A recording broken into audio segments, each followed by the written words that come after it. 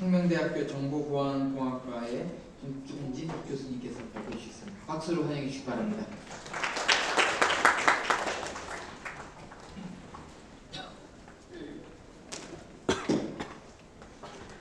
네, 반갑습니다. 저는 상명대 정보보안공학과의 박준진 교수라고 합니다. 제가 오늘 발표드릴 내용은 ICT 디바이스, 초연결 시대를 위한 ICT 디바이스의 진화라는 제목을 붙였는데요.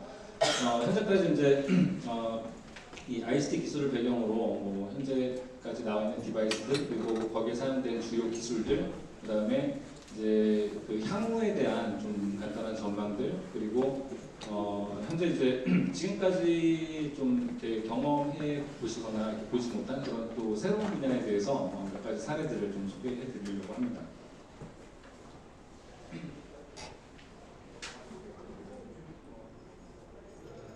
전체적인 구성은 그 산업 인터넷에 대한, 그리고 4차 산업혁명과 인더스트리 4.0에 대한 기본적인 개요를 좀 담았고요.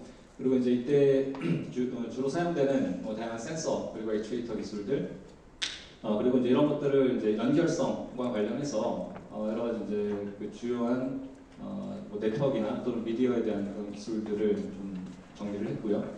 그리고 이제 이런 것들이 어디에 이제 활용이 되고 있는지 좀 기존 것보다는 좀 더 약간 좀 미래지향적인 그런 이제 활용 사례들에 대해서 이렇게 정리를 해봤습니다. 그래서 기존에 이제 스마트홈인데, 이 스마트홈도 이제 약간 좀 관점을 달리해서 기존에 이제 어떤 편의성 부분이었다라면 이제 좀 미래지향적인 그런 스마트홈의 예시를 좀 보여드리려고 하고, 그리고 이제 이런 이제 리얼리티 관련해서 VR, AR, MR, XR 이런 기술들과 어떻게 접목이 되는지, 그 다음에 이제 의료 분야하고는 또 어떻게 연합이 되고 있는지 이런 형태로 좀 정리를 해봤습니다. 먼저 사물 인터넷이라는 용어 자체는 워낙 많이 이제 들어보셔서 굉장히 익숙할 거라고 생각이 되고요. 사물 인터넷이라고 하게 되면 사물의 인터넷 기능을 부여한 거겠죠. 그래서 여기 보시다시피 여기서 이제 things라고 하게 되면 어떤 연산이 가능한 기본적인 컴퓨팅 플랫폼, 물론 이제 소형의 저전력의 이런 특성들을 가지고 있는 굳이 이름을 붙이자면 과거에 이제 인베디드 시스템이라고 하는 형태의 어떤 컴퓨팅 플랫폼이 될 겁니다. 그런데 이런 것들이 어떤 연결성을 갖기 위해서 유무선 기반의 다양한 어떤 커넥티비티 요소들이 인터넷, 클라우드 이런 것들과 이제 연동이 되거나 또는 직접 연결이 되기 위한 그런 연결에 대한 기술들이 요구될 겁니다. 사실 이 IoT라는 개념 자체는 그 2000년도 초반에 유비쿼터스 컴퓨팅 이런 데에서부터 이제 좀 출발을 한 개념으로 볼 수가 있고, 사실 패러다임이라던가 응용 사례 이런 것들은 그 이전에 유비쿼터스 컴퓨팅 때와 굉장히 유사한 부분들을 많이 가지고 있습니다. 그래서 이제 유비쿼터스 컴퓨팅 때의 이 목표를 좀 다시 정리를 좀 돌이켜보면 시간, 장소, 기기, 위험과 무관하게 컴퓨팅이 가능하게 하는 기술이다라고 이렇게 정리를 했습니다. 그래서 이제 초기에 주로 버클리나 MIT 이런 진영에서 지금 이제 세 가지의 큰 테러들을 가지고 더스트, 스캔, 플레이 이렇게 정리를 했는데요. 그러니까 소형화돼야 돼서 거의 손톱만한 이 정도 사이즈의 무선 통신이 가능한 그런 컴퓨팅 플랫폼. 그래서 이제 당시에 거의 최초의 프로젝트가 아닐까 싶은데요.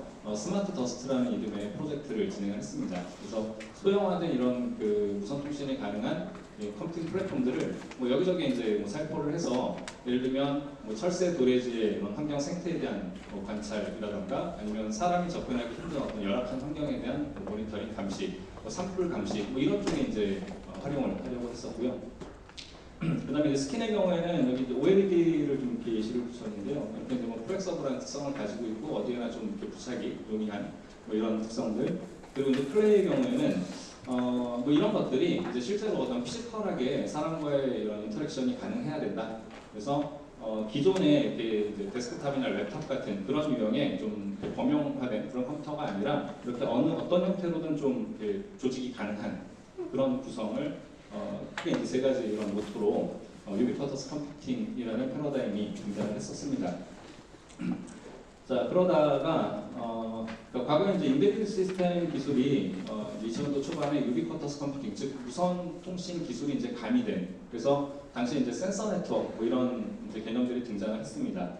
그래서 얘네들이 근거리 저속의 무선 통신 기술을 가지면서 네트워크를 스스로 조직할 수 있고 그다음에 그것들이 이제 멀티옵으로 통신을 하면서 이 데이터를 요구하는 누군가에게 어떤 뭐 데이터 또는 정보를 전달해 줄 수 있는 그런 이제 개념이었고요. 자, 이때는 이 하단에 보면 제가 서버 클라이언트라고 이렇게 그림을 넣어놨는데 네트워크에 대한 구성이 서버 클라이언트 방식으로 약간 중앙 집중적인 그런 특성을 갖게 됩니다. 그러다 보니까 이 네트워크의 규모가 커질 때 여기에 대한 어떤 커넥션 그리고 이제 가장 큰 문제 중에 하나는 이종 네트워크 간, 이종 기기 간의 이런 상호 운용성 그런 것들이 이제 굉장히 큰 걸림돌이 돼서 대부분은 이제 거의 뭐 실패한 그런 뭐 프로젝트라고 많이 좀 인식을 하지 않을까 싶습니다. 자, 그러다가 이제 뭐 최근 한 4, 5년 전 정도부터 IoT, 사물 인터넷이라는 이런 뭐 새로운 개념이 등장을 하게 됐는데 근데 막상 뚜껑을 열어보니 기존의 유비쿼터스 컴퓨팅과 도대체 뭐가 다르냐 사실 뭐 기술적인 부분, 그 다음에 응용 사례들 이런 것들은 뭐 큰 차이가 없었습니다. 그렇다고 해서 완전히 변화가 없었던 건 아니고요. 어떻게 보면 이제 유비쿼터스 컴퓨팅 때에는 뭐 어떤 목표, 그 다음에 뭐 개념, 뭐 이런 것들은 존재했었지만 이제 기술의 뒷받침이 안 돼서 실제로 실현이 불가능했었던 그런 부분들이 이제 이 IoT 세대에 이르러서는 가능해진 게 아닌가 이렇게 판단을 하고 있고요. 그래서 과거에 이제 주로 좀 간단한 연산을 수행하기 위해서 사용되던 MCU 기반이었던 게 이제 CPU로 한번 진화를 해서 좀 더 다양한 연산들, 그 다음에 기존에는 뭐 펌웨어 기반으로 어떤 소프트웨어가 조직이 됐었다면 이제 좀 더 범용적인 운영체제에 대한 지원, 그리고 운영체제에 대한 지원을 통해서 뭐 다양한 이제 네트워크 프로토콜 스택에 대한 지원 이런 것들이 이제 동시에 가능해지게 됩니다. 자, 그러면서 이제 여러 가지 센서, 액추에이터에 대한 조직이 더 다양하게 가능해지고, 물론 이 과정에서는 센서나 액추에이터에 대한 기술 자체도 더 진화를 하게 됐겠죠.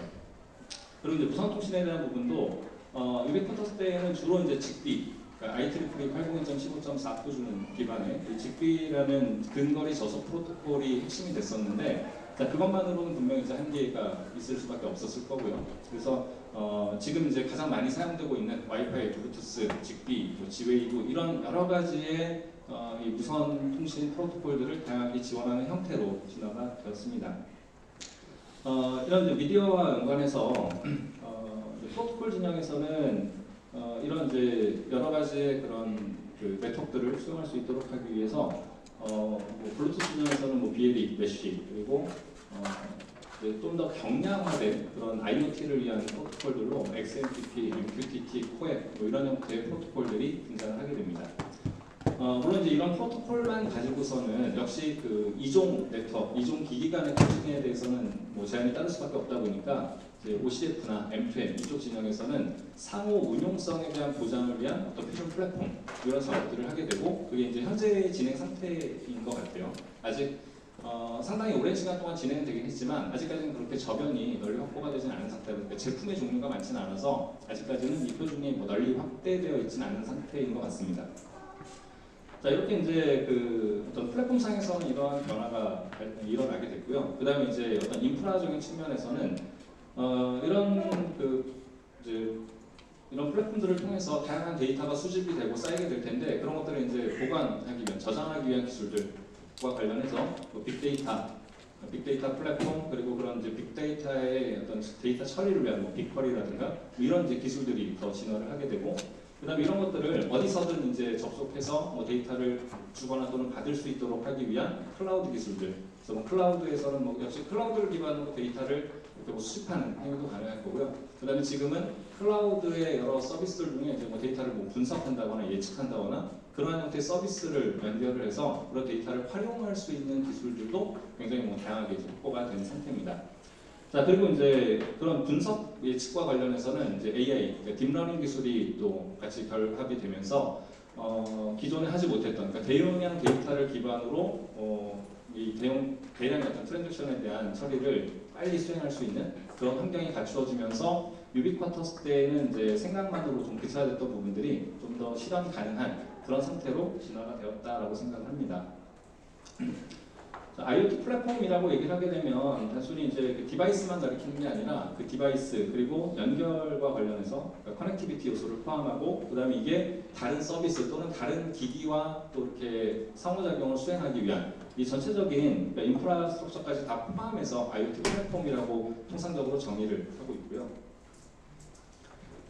자, 이것들을 이제 다시 좀 이렇게 요소를 나눠서 들여다보면 그 IoT를 구성하는 건 이제 엣지 디바이스, 엔드투엔드라고 표현을 했는데 가장 말단의 어떤 그 장치가 존재할 거고요. 그다음에 이제 이것들이 연결되도록 하기 위해서는 뭐 커넥티비티 기술, 물론 커넥티비티에는 이제 와이파이, 블루투스 같은 기존의 이런 방식들도 있고 최근에 이제 광역 통신망 쪽에 해당이 되는 이런 뭐 LTE, 로라, LTM, 로라, 뭐 NB-IoT 뭐 이런 기술들을 기반으로 그 셀룰러망 중에 이제 일부 영역을 이런 IoT 기기를 위한 그런 협력 영역으로 활용하는 이런 형태의 이제 통신 기술, 통신 인프라도 활성화되어 있는 상태입니다. 그래서 뭐 국내의 경우에 이제 SKT는 로라를 기반으로 하고요. 그다음에 뭐 U+나 KT의 경우에 이제 NB-IoT를 채택한 걸로 이렇게 알려져 있는데요. 그리고 이제 뭐 클라우드 쪽에서는 밑에 쪽을 보시면 클라우드, 그 다음에 데이터 이렇게 두 가지로 구분을 했는데 이게 초기 클라우드는 데이터 클라우드와 그 다음에 이제 상호 연결에 대한 클라우드, 상호 운용성에 대한 클라우드가 좀 분리되는 경향이 있었는데 지금은 이제 클라우드를 주도하는 MS, 아마존, 구글 뭐 이런 진영에서 뭐 이걸 딱히 구분하지 않고 모든 클라우드 관련한 서비스를 다 제공하고 있는 추세다 보니 이걸 굳이 뭐 나누는 게 큰 의미는 없어 보입니다. 그 왼쪽 하단 그림에 구글 클라우드 플랫폼 위에 아틱 클라우드 그 위에 보면 삼성이라고 쓰여 있는데요. 사실 이건 이제 삼성에서 그러니까 국내의 경우에는 IoT와 관련한 뭐 하드웨어 플랫폼도 없었고 모듈도 없었고요. 그리고 클라우드도 없었습니다. 그러다 보니 이제 대기업의 주도로 뭐 삼성 DS 쪽에서 이제 주도를 해서 IoT 사업화 팀이라는 팀을 개설을 하고 그리고 IoT 모듈과 그 다음에 클라우드를 아틱이라는 이제 브랜드 네임으로 출시를 했었습니다.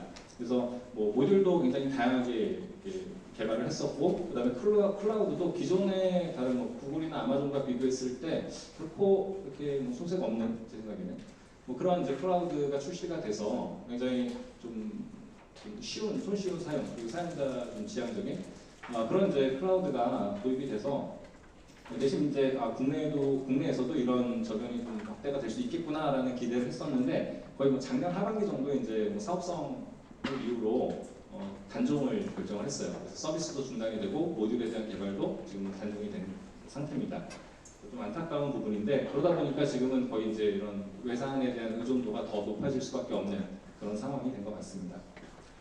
IoT 시장은 계속 당연히 뭐 증가할 걸로 이제 예측을 하고 있고요. 그 증가되는 부분, 그러니까 IoT에 대한 그 내부 구성 요소를 네 가지로 좀 구분을 해봤습니다. 하드웨어, 소프트웨어, 서비스, 커넥티비티 이렇게 이제 나눴을 때 거의 뭐 대동소이하게 큰 차이 없이 약 10%한 초중반 정도의 그런 증가율을 보이면서 2022년 기준으로 1조 1,930억 달러 정도의 이런 시장 전망이 예측이 되고 있습니다. 뭐 계속해서 이제 새로운 디바이스들이 나오고 계속해서 지금 뭐 대기업의 뭐 가전 제품들도 그렇고요. 그다음에 뭐 스타트업에서 출시되는 여러 가지 제품들 그런 것들이 모두 이제 사실 IoT를 아무리 뭐 소규모의 기업, 좀 뭐 간단한 제품이라고 하더라도 IoT 기능을 이제 빼고는 생각할 수 없는 그런 상황이 이르지 않았나 싶습니다. 자, 이런 뭐 IoT 관련해서 뭐 학교나 연구소나 또는 뭐 개인적으로 다양한 이런 오픈 플랫폼들을 활용하게 되는데요. 뭐 대표적으로 이제 라즈베리파이, 아두이노 뭐 이런 유형의 플랫폼들이 뭐 연구나 아니면 뭐 프로타이핑을 위한 그런 목적으로 많이 활용이 되고 있습니다. 이런 것들은 이제 뭐 개인적으로 좀 관심 있어서 보신 분들도 계실 것 같고요. 자, 오른쪽 하단에 있는 게 이제 삼성전자의 아틱 모듈입니다. 그래서 아틱 05, 10 뭐 이런 시리즈로 여러 가지 제품들을 출시를 했었고요. 이제 오른쪽 왼쪽을 제가 좀 이렇게 구분을 해놓은 이유가 왼쪽에 있는 건 사실 뭐 IoT 플랫폼은 아니고 얘네들의 경우에는 이제 그냥 일반적인 그냥 컴퓨팅 플랫폼 또는 인베디드 플랫폼 쪽이고 오른쪽에 있는 것들이 좀 더 IoT에 특화된 플랫폼이라고 할 수가 있을 것 같습니다. 그래서 오른쪽에 있는 것들은 주로 이제 CPU 사양은 일반 범용 컴퓨터보다는 좀 떨어지면서 뭐 와이파이나 또는 블루투스 또는 뭐 직비 같은 이런 무선 커넥티비티의 특성을 기본적으로 포함하고 있는 그 다음에 모듈 단위. 자, 이 모듈 단위가 이제 실제 제품을 양산할 경우에는 그냥 왼쪽에 있는 형태의 이런 이벨루에이션 킷 가지고서는 뭐 당연히 양산이 불가능할 테니까요. 오른쪽에 있는 모듈 형태의 제품에 대한 공급이 가능해져야 될 거고, 자, 이런 것들이 최근에 이제 뭐 가격을 보게 되면 뭐 물론 이제 사양에 따라서 많은 차이를 보이긴 하지만요, 거의 한 5에서 한 10달러 초반대 그런 가격으로 모듈들이 제공되고 있는 상태입니다. 그래서 가격도 이제 과거에 비해서 많이 다운이 됐고, 그다음에 성능은 계속해서 좀 좋아지고 있는 그런 상황입니다. 자, 이건 이제 그 2005년도부터 그 아두이노라는 플랫폼이 나오고 그 이후에 현재까지 어떤 플랫폼들이 더 나왔었고, 그다음에 19년 6월 기준으로 했을 때 어떤 플랫폼들이 현재 이제 살아남아 있는지 뭐 이런 것들을 좀 간단히 정리를 해본 거고요. 그다음에 이 표는 주요한 플랫폼들에 대해서 주요 사양, 가격들을 좀 비교해 본 겁니다. 이제 우리가 뭐 이런 그 프로타이핑을 위한 뭐 레퍼런스 보드로 선택을 한다거나 아니면 칩셋을 선정하기 위해서는 뭐 이런 기준들이 필요할 거라서 이런 부분들의 정리가 좀 필요할 것 같고요. 그다음에 이제 방금 뭐 아두이노나 라즈베리 파이 뭐 이런 것들을 언급을 해드렸는데, 실제 이제 그 디바이스를 제조하고 양산을 하려는 목적이다라면 사실 이제 그것보다는 칩의 그 칩 벤더를 통해서 칩에 대한 안정적인 공급, 모듈에 대한 안정적인 공급이 이루어질 수 있느냐, 뭐 이런 것들이 이제 가장 큰 문제가 될 부분일 겁니다. 이것들을 2003년도부터 16년도까지 주요 이 칩 제조사들에 대한 그 이제 랭킹을 이렇게 분석해 본 결과인데요. 이게 이제 마이크로칩 쪽에서 발표한 자료다 보니까 그 마이크로칩 중심으로 지금 자기네들이 이렇게 성장을 했다라고 지금 이렇게 표시가 되어 있는데, 여기 보면 뭐 르넨사스라던가 르넨사스는 뭐 10년 넘게 부동의 1위를 지금 차지하고 있고요. 주로 르넨사스는 뭐 차량 쪽에 들어가는 차량이나 AVM 뭐 이런 쪽의 플랫폼 쪽에 많은 좀 시장 점유율을 보이고 있는 것 같습니다. 그 밑에 쪽에 이제 2위부터 한 10위권까지는 변동이 굉장히 좀 심한 그런 편을 보입니다. 그래서 NXP, 마이크로칩은 최근에 이제 AVR, AT메가죠. AT메가라는 그 AVR 칩셋 제조사를 인수하면서 좀 더 덩치가 커지고 있는 것 같고, 그다음에 국내에도 굉장히 이제 마케팅을 좀 크게 하고 있고요. 최근에는 뭐 도어락을 비롯한 여러 가지 IoT 기기들, 제품들 뭐 이런 쪽에 좀 이렇게 시장을 좀 넓히려는 그런 움직임을 보이고 있습니다. STM 같은 경우에도 계속해서 이제 STM이 라인업은 가장 넓은 그 제조사 중에 하나가 아닐까 싶어요. 그 다음에 제품의 종류도 굉장히 다양하고, 심지어는 제품의 종류가 너무 많다 보니까 아예 그 제품을 선택할 수 있는 툴을 별도로 제공합니다. 그래서 내가 이런 분야에 쓸 거고 이런 정도의 스킬이고 뭐 이렇게 선택을 하면 거기에 최적화된 딱 제일 부합되는 그런 모듈들을 찾아주는 뭐 그런 툴들도 같이 제공을 해주고 있습니다. 자, 여기 보면 이제 뭐 르네사스나 그다음에 인피니온 그리고 덴소 뭐 이런 쪽은 이제 자동차 쪽에 연관된 주 이제 그 제조사들 중에 하나인데요.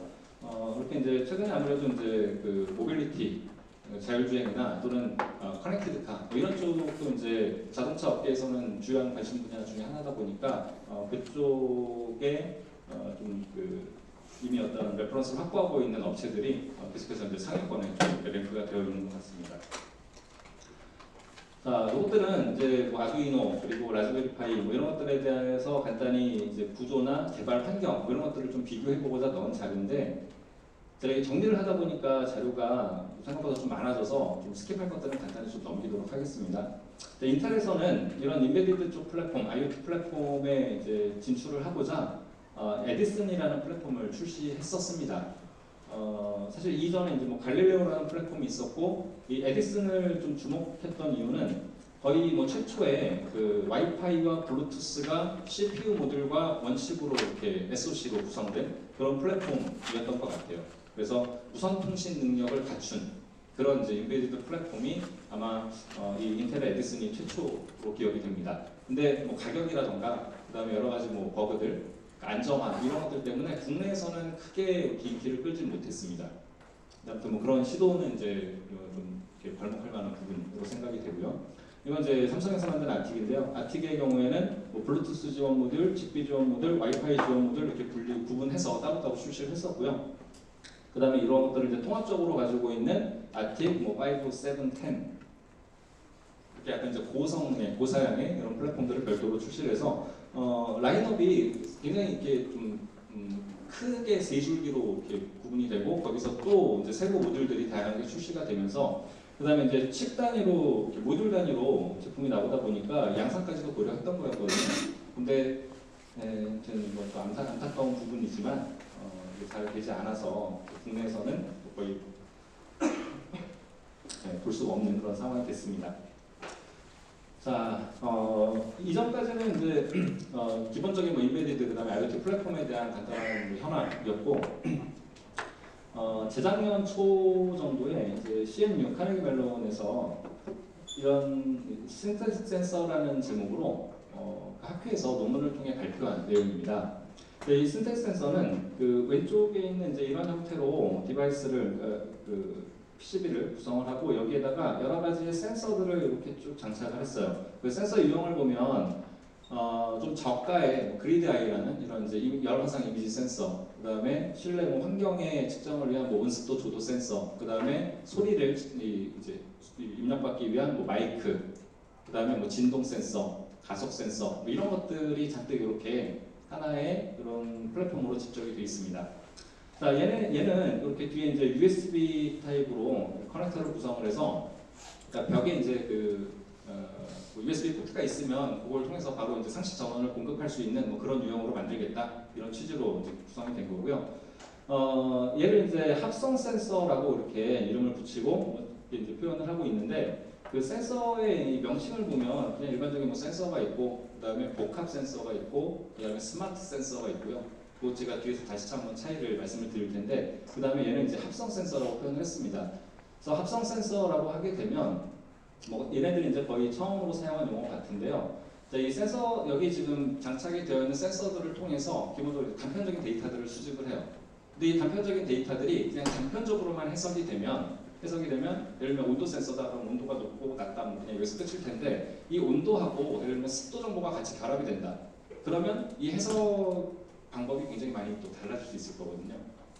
그 다음에 여기에 또 다른 어떤 정보의 사운드가 결합이 된다. 그러면 집에 누가 있느냐 없느냐, 뭐 이동을 하고 있느냐 없느냐, 이런 어떤 생활에 대한 정보도 확인이 가능할 거고요. 그래서 얘네들은 그런 정보들을 묶어서 딥러닝을 통해서 학습을 시킨 거예요. 자, 지금 어떤 상황에서는 이러이러한 데이터, 이런 센서에서 이런 류의 데이터가 발생돼서 이런 조합이면 이때에는 어떤 상황이다라는 걸 이렇게 이벤트로 정리를 해놨습니다.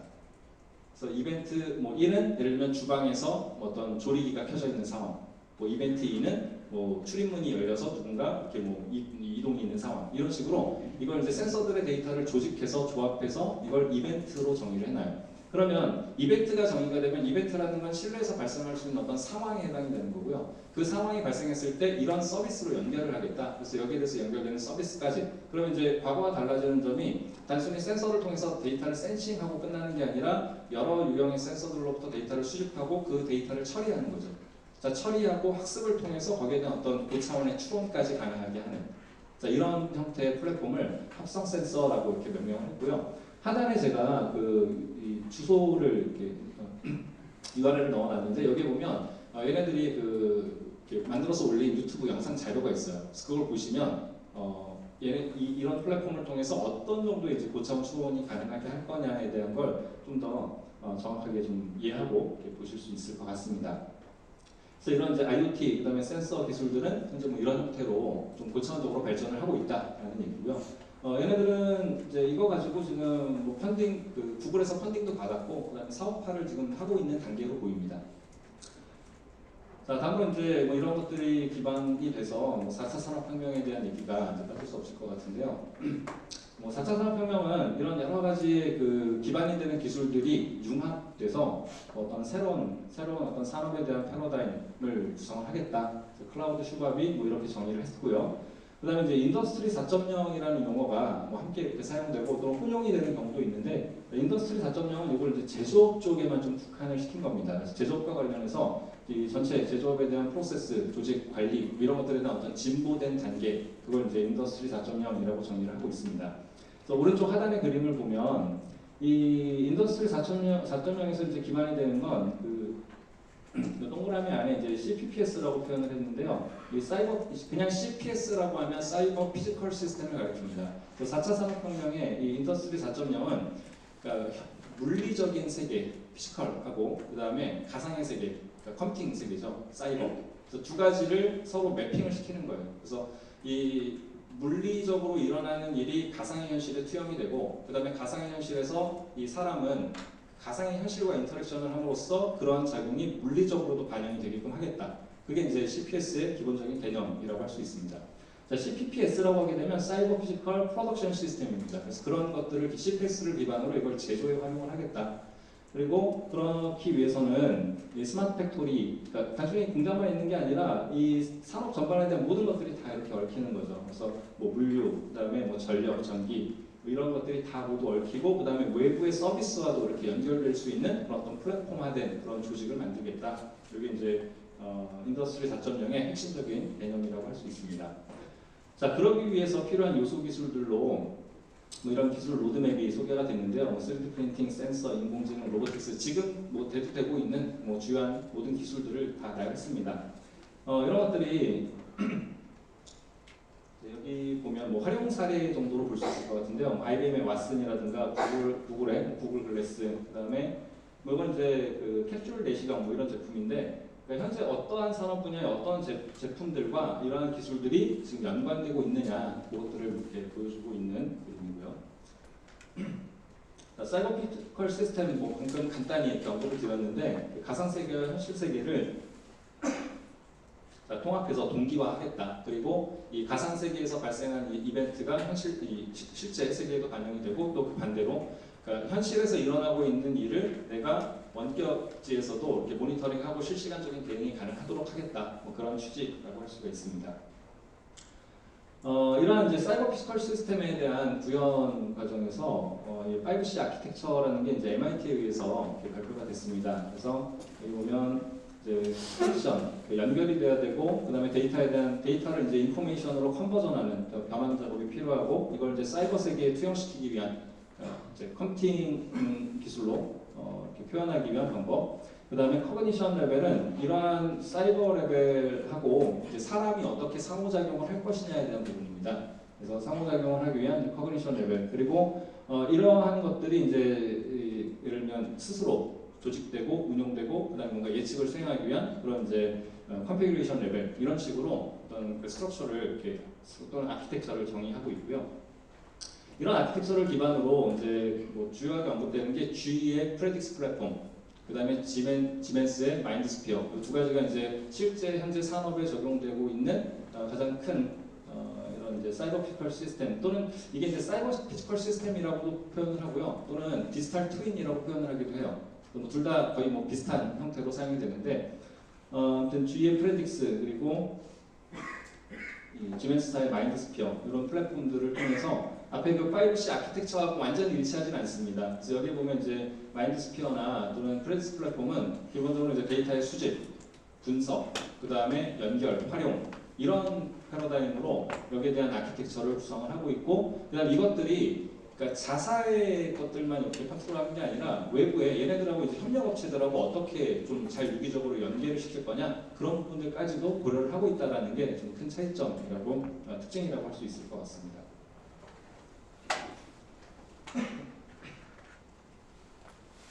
자, 다음으로 이제 뭐 주요한 센서, 액추에이터 부분들입니다.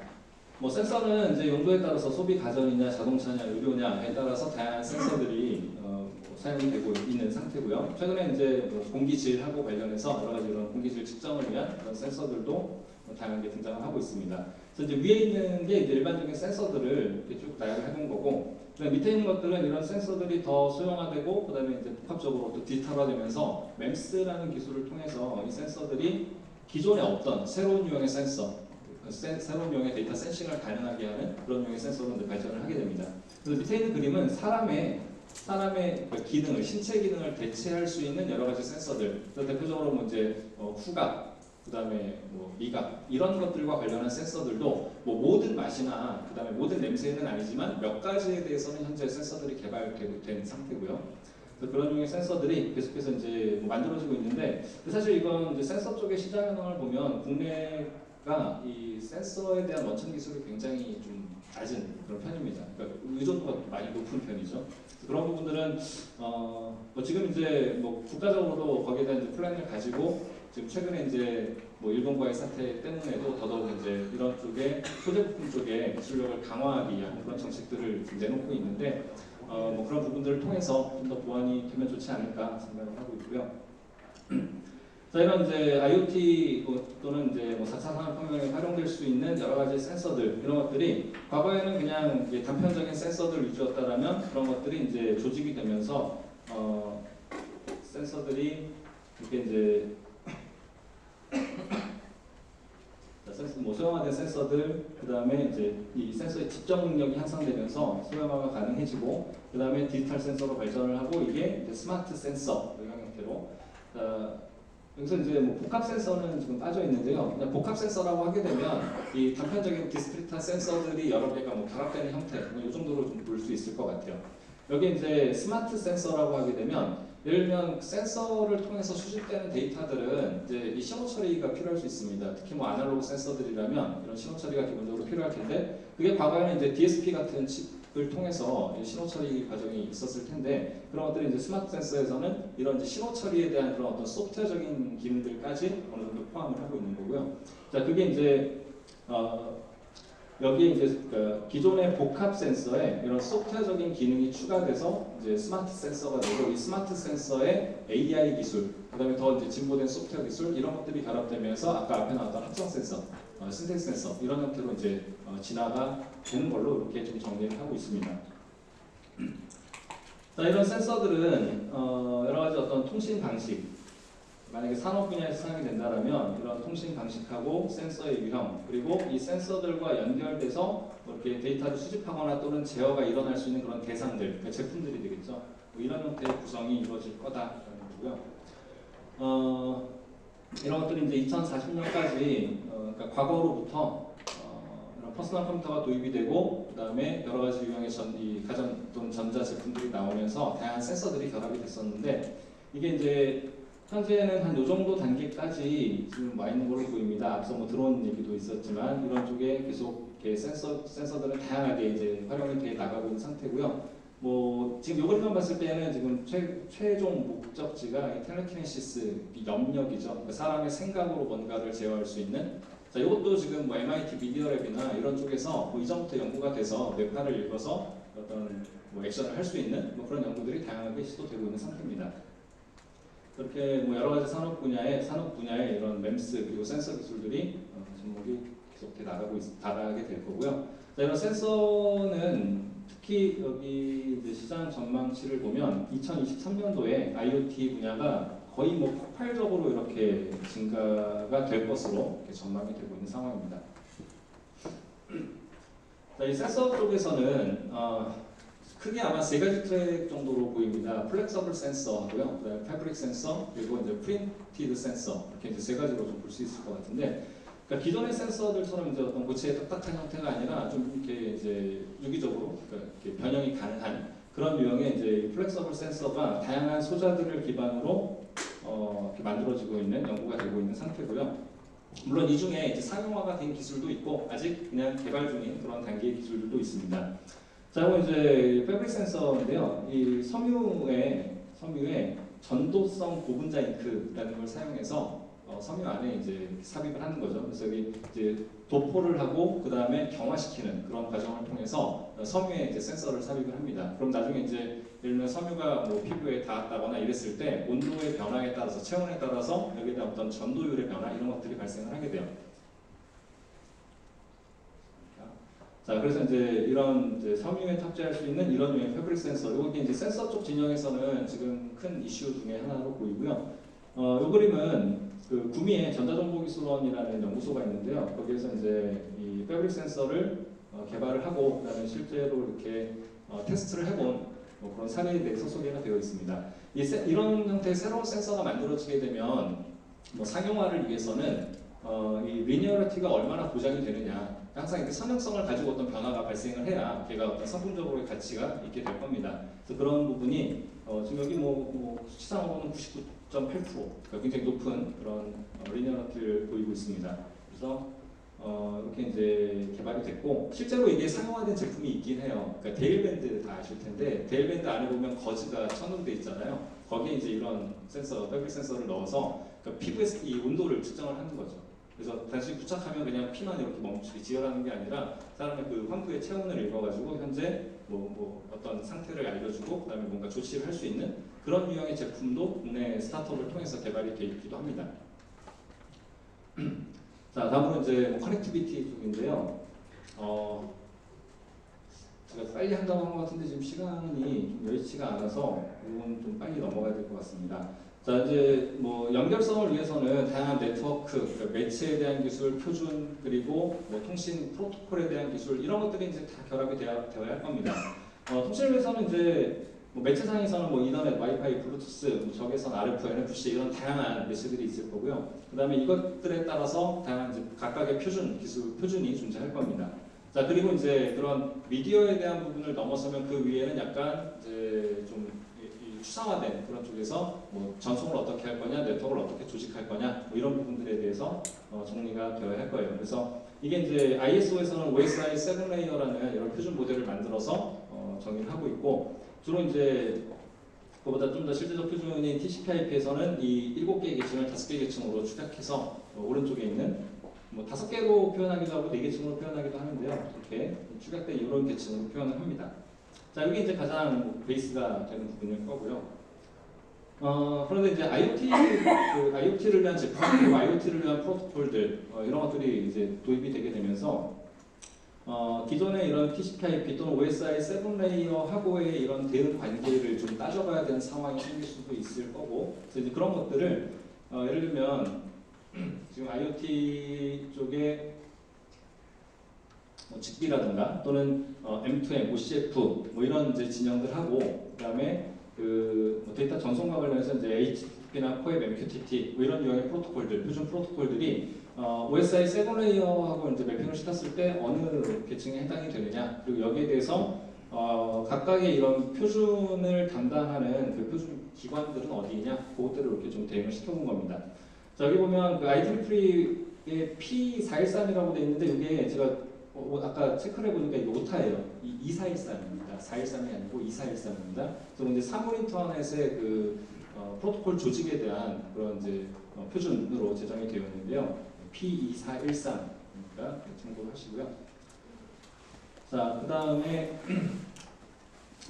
방금 게 이제 조금 더 확대가 돼서 이 상호 운용성과 관련한 이 OCF나 M2M 쪽까지 고려를 했을 때에는 이게 이제 또 어떻게 좀 달리 표현이 되는지 그래서 이제 그 매체 쪽 레이어부터 시작해서 이게 이 색상을 이렇게 좀 대응을 시켜 보셔야 돼요. 그래서 지금 오른쪽에 있는 IoT 프로토콜의 경우에는 뭐 802.15.4 기반으로 네트워크 레이어는 IP 버전 6 그다음에 6로펜 IP 버전 6에 지원을 위한 이런 계층들이 구성이 되고 그다음에 트랜스포트 레이어는 UDP나 DTLS 그리고 애플리케이션 레이어의 이런 프로토콜들 그다음에 그 위에 이제 상호 운용성에 대한 표준으로 OCF나 M2M 이런 프로토콜들이 배치되는 형태입니다. 그래서 이런 구성은 이제 굉장히 좀 복잡한 양상을 띠게 되고요. 그다음에 이제 이런 뭐 네트워크 베이스뿐만이 아니라 이제 진짜 어떤 그 망과 관련해서 봤을 때 아까도 말씀드렸지만 뭐 로라냐 또는 그 NB-IoT냐 뭐 여기에 따라서 관련해서 또 구성되는 이 프로토콜 스택의 그 프로토콜 스택이 좀 다르기 때문에 그런 부분들도 같이 좀 참고하시라고 이렇게 넣어둔 부분이고요. 자, 뭐 이렇게 이제 간단히 구조에 대한 거를 좀 이렇게 보여드렸고요. 이런 것들이 그럼 이제 어디에 활용이 될 거냐라고 다시 좀 정리를 했을 때 크게 이제 이 보레이트하고 그러니까 전송률, 전송 속도하고 그 다음에 레인지, 범위하고 이렇게 두 가지를 놓고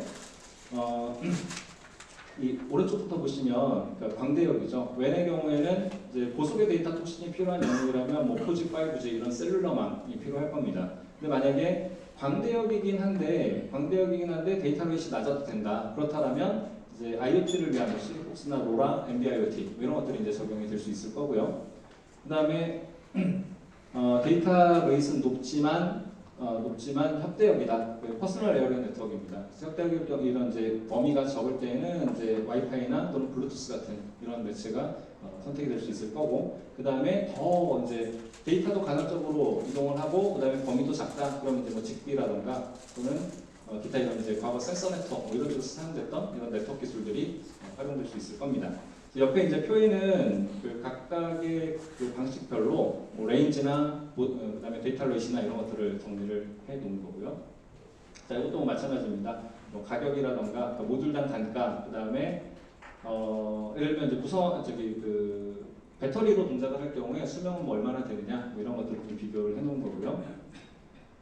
자, 그리고 이게 이제 여러 가지 산업군하고 이제 좀 결부를 시켜봤을 때 앞에 그림하고 뭐 마찬가지의 내용입니다만, 그래서 3D 비디오, 뭐 4K 영상, 그 다음에 홀로그램 컨텐츠 이런 것들이라면 뭐 지금 현재 네트워크상에서는 거의 뭐 컨텐츠의 뭐 전송이나 이런 것들이 불가능할 거예요. 특히 뭐 실시간 전송 이런 것들을 고려했을 때에는.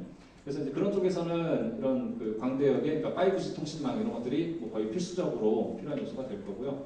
그 다음에 이제 자율주행이라던가 뭐 이런 부분이라면 이런 뭐 전송 대역폭이 큰 것보다는 아무래도 레이턴시가 더 그러니까 이 신뢰성이 더 중요할 거기 때문에 어떻게 하면 더 적은 레이턴시를 가질 수 있을 거냐. 그 다음에 사물 인터넷, 특히 뭐 사물 인터넷 쪽에서 이제 정말 소형의 디바이스들은 뭐 소물 인터넷 이렇게 표현을 하기도 하는데요. 그런 소물 인터넷의 경우에는 이게 좀 더 낮은 대역폭의 낮은 데이터 레이트를 지원하는 그런 유형의 제품에 대한 활용이 가능할 거다라고 이렇게 삼각형으로 활용되는 분야에 따른 이렇게 그 네트워크 기술들을 좀 다시 한번 정리를 해본 겁니다. 자, 그럼 이제 TTA에서 여러 가지 그 IoT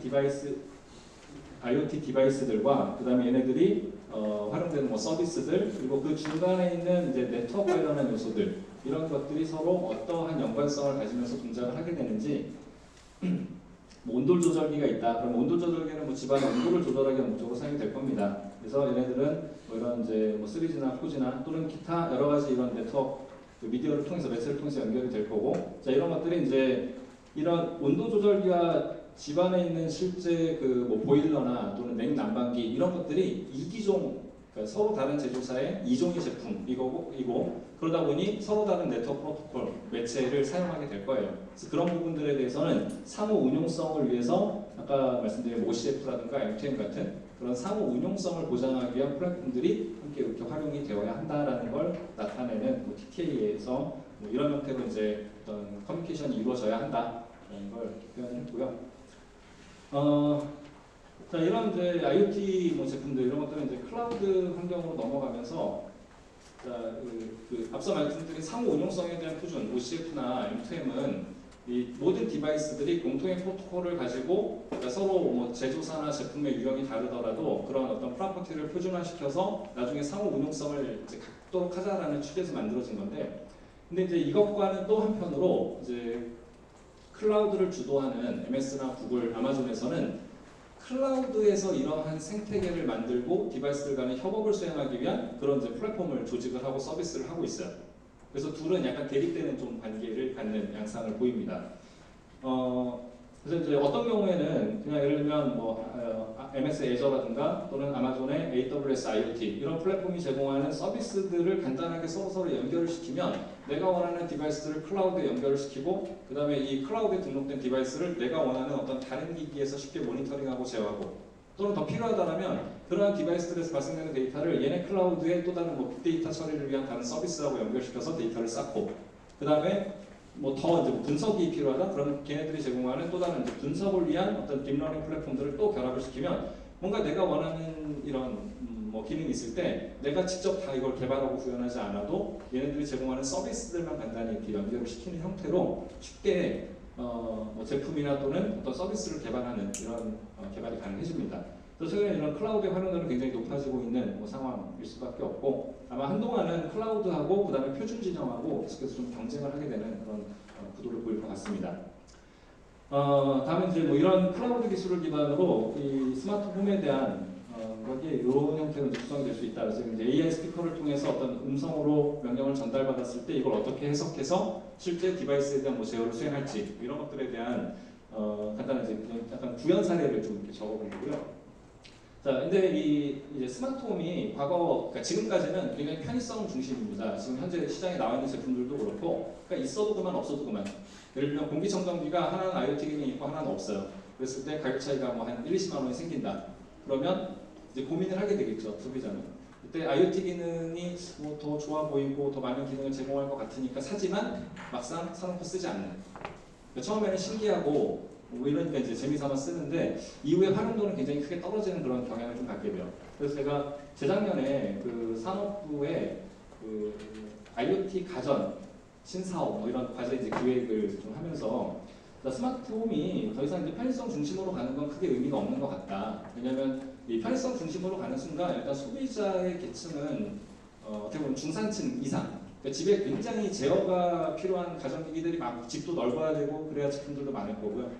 걔네들의 유기적인 연결 이런 것들이 필요할 겁니다. 그래서 잘 못 사는 집들은 사실 그게 의미가 있는 기술이 아닌 것 같다. 그래서 차라리 사회적 약자를 좀 보호할 수 있는 그런 형태의 스마트홈으로 좀 이렇게 방향을 바꾸는 건 어떻겠느냐. 뭐 그런 이제 좀 기획을 해서 그게 실제로 이제 작년도 사업으로 이렇게 진행이 됐는데, 아무튼 일본에서도 비슷하게 소사이어티 5.0이라는 이런 이제 타이틀을 가지고 4차 산업혁명 이런 기술을 사회 전반에 활용해서 새로운 사회를 구현하자. 그래서 고령화, 부인난, 자연재해, 공해 이런 사회 문제 해결을 목적으로 한 그런 이런 기술들의 활용을 거의 국가적으로, 그러니까 아베노믹스의 뭐 주요 뭐 목표 중에 하나인 걸로 알고 있습니다. 그렇게 추진을 하고 있습니다.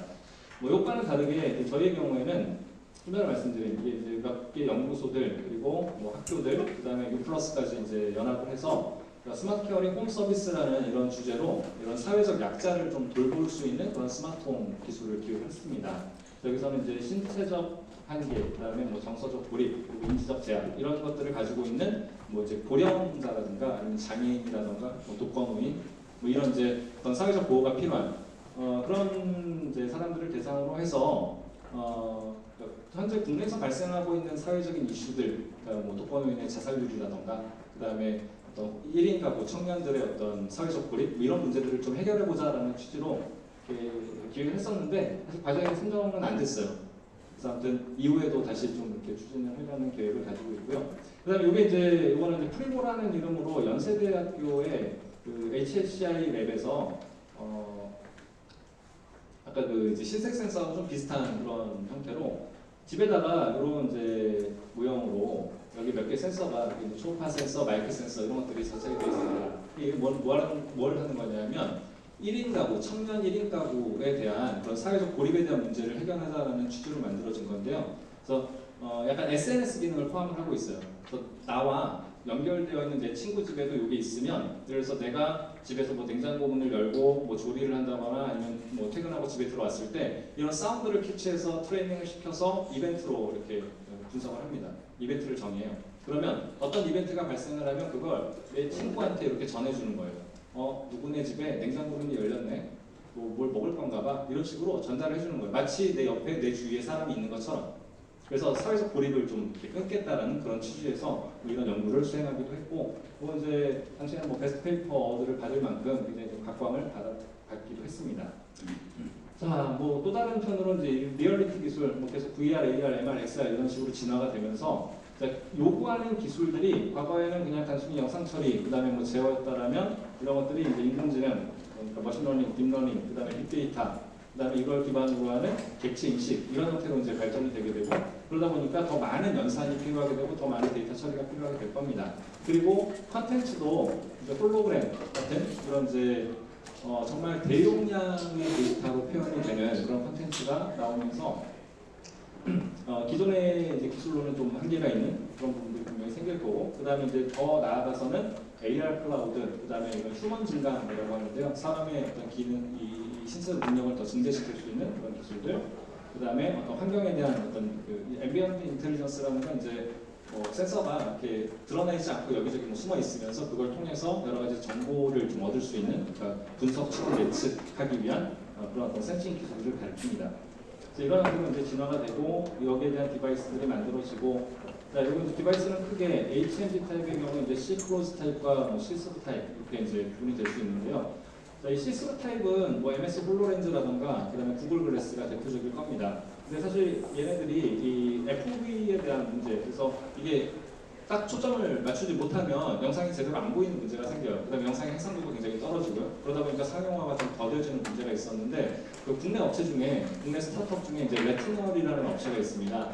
그래서 그 업체가 그걸 이제 해상도도 굉장히 높이고 FOV에 대한 문제도 굉장히 많이 해소를 해서 뭐 애플이라던가 구글이라던가 이런 데서 굉장히 지금 그 투자에 대한 많은 권유를 받고 있는 그런 상황이에요. 그래서 그런 기업도 나중에 좀 레티널이라는 해서 눈여겨보시면 좋을 것 같고요. 그다음에 이제 이 AR 쪽에 뭐 대표 주자인 매직립이라는 그 업체에서는 AR 클라우드를 통해서 이 AR 기술을 더 이제 뭐 좀 고차원적으로 이렇게 진화시킨 형태라고 볼 수 있을 것 같아요. 그래서 과거와는 다르게 공간에 대한 매핑이 이제 주요한 관심사로 이제 추가가 됩니다. 그래서 공간 정보를 매핑을 해서 여기에 실제적인 정보를 이제 추가적으로 투영해주는, 그 다음에 그것들을 기반으로 이제 사용자와 어떤 인터랙션까지 가능한 그런 이제 굉장히 고차원적인 클라우드 환경을 이제 AR 클라우드라는 이런 좀 더 진화된 클라우드 기술을 언급을 하고 있고요.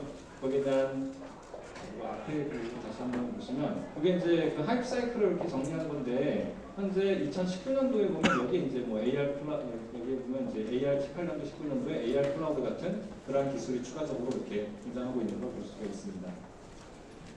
자, 제가 시간을 조금 오버해서요. 그리고 간단히 이제 짧게 마지막입니다.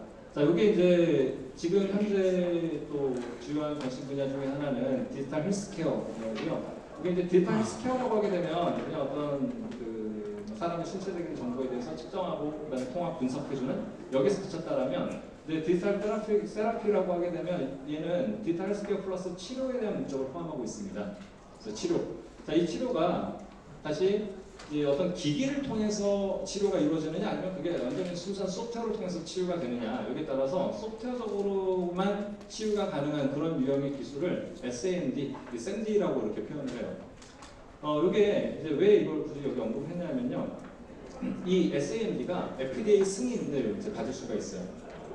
소프트웨어인데 그게 FDA의 승인을 받을 수가 있고요. 일반 뭐 의약품처럼 뭐 3상까지 진행을 하지 않고 단상으로 끝납니다. 그러니까 절차가 굉장히 간단한 거죠. 그리고 실제로 여기에 대해서 FDA 승인을 받은 최초의 제품으로 2019년 9월 정도에 이 피어의 리셋이라는 제품이 약물 중독에 대한 그런 이제 어떤 개선이 가능하다라는 그런 평가를 받아서 이 처음에는 이제 오피오이드라는 질환을 제외한 약물 중독에 대한 치료로 FDA 승인을 받았고, 그 이후에 이제 오피오이드에 대한 장애까지 포함을 시켜서 추가로 승인을 하나 더 받게 됩니다.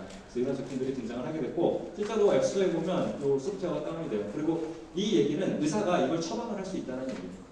의사가 이런 제품을 사용해서 예를 들면 90일 동안 또는 84일 동안 그런 치유를 위해서 이걸 사용해라 라고 처방을 할 수 있습니다. 자, 그 다음에 이제 국내 스타트업으로는 뷰노이드의 보네이즈라는 이런 제품이 골 연령을 판독하기 위한 그런 SAMD로 출시가 됐고, 그 다음에 이게 이제 가장 대표적인 건데, 알킬리의 인터랙티브 에보라는 이 제품은요, 소아의 ADHD라는 질환, 이거 이제 그 주의력 결핍 장애예요. 이 주의력 결핍 장애가 소아 때 발현이 돼서 빨리 진단을 하고, 그리고 나서 이제 그러면 빨리 이제 극복이 가능한데, 그게 장기화 될수록 이제 치유에 어려움이 생겨서 그런 부분들에 대해서 이런 게임을 통해서 이걸 이제 개선을 시킬 수 있는 그런 알킬리의 제품이 이제 승인을 받기도 했습니다. 자, 이건 이제 국내 현황입니다. 연세대, 상명대, 세브란스 병원, 그리고 이제 업체 중에 하이라는 업체가 ADHD에 대한 그런 이제 SAMD 개발을 지금 목표로 같이 공동 연구를 하고 있어요. 여기서 이제 AI 스피커를 사용해서 이렇게 ADHD라는 질환을 갖는 애들이 뭔가 어떤 주어진 일을 끝까지 완성하고 스스로 할 수 있도록 하기 위해서 부모의 개입을 최소화시키고 AI 스피커가 얘기를 해주는 거예요. 지금 뭐 해야 되지 않니? 뭐 했니? 뭐 했니? 이렇게 반복적으로 확인을 하면서 이런 연구가 되고 있어서 뭐 이후에 이제 이런 부분들도 좀 관심을 가지고 보시면 좋을 것 같습니다. 얘기가 생각보다 좀 길어져서 죄송하고요. 질문을 받기가 좀 그럴 것 같은데, 저 메일 주소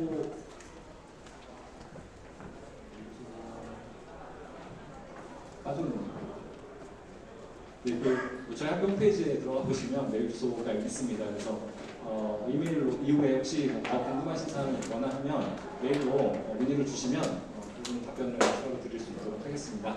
감사합니다. 네, 감사합니다.